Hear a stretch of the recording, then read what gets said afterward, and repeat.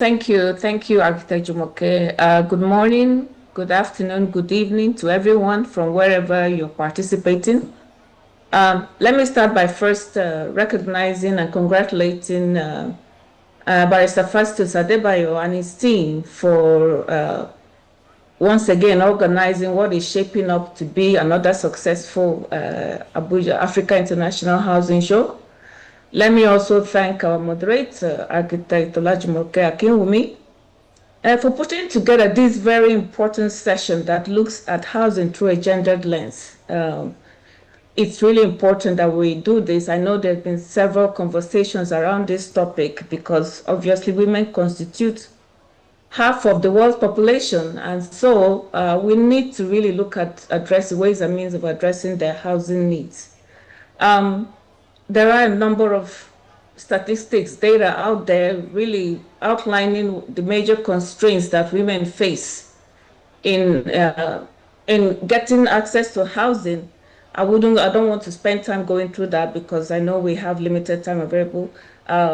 Access to finance is a major barrier for women's entry into the housing sector. Estimates are that globally, there's a $1.7 trillion gap, $1.7 trillion gap between the amount of capital women want and the amount they get. And by closing that gap, we can add as much as $6 trillion to global GDP. Other, constraints involve supply and demand dynamics, macroeconomic instability, insufficient regulatory framework, limited capital market development, and of course, availability of adequate housing finance for women.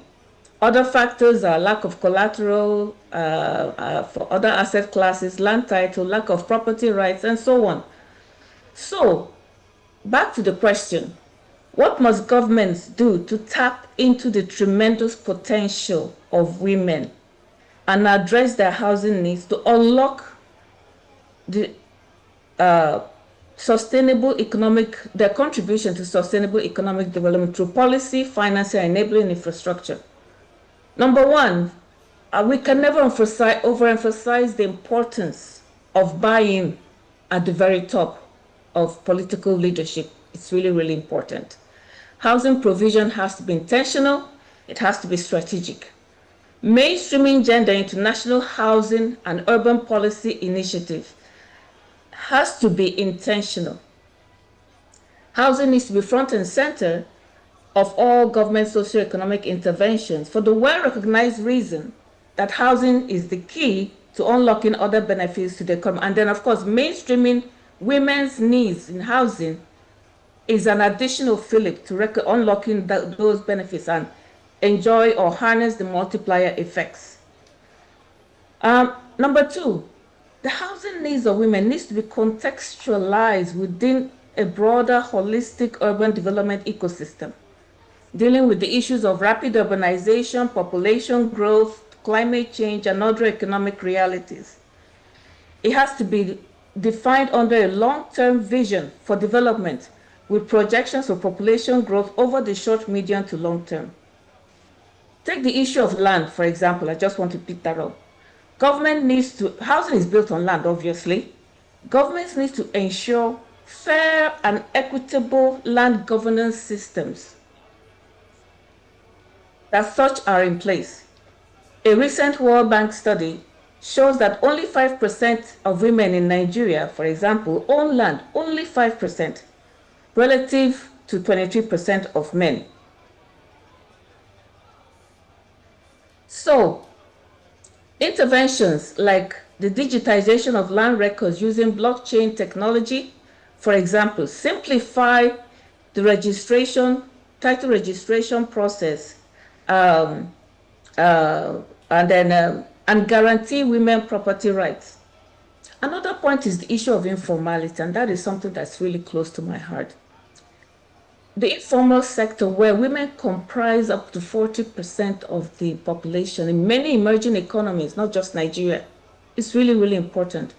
Government needs to embark on a deliberate policy of not only recognizing the contribution of the many small and medium-scale women-led businesses in the informal sector as a necessary step to formalization, and then bringing them, and by so doing, bringing them into the tax and pension brackets and availing them of the myriad of benefits associated with formalization.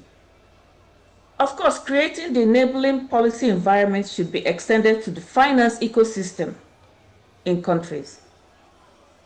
Budgetary allocation to the sector needs to be relatively substantial to enable execution of social housing programs or subsidized housing to disadvantaged women's groups in the informal sector.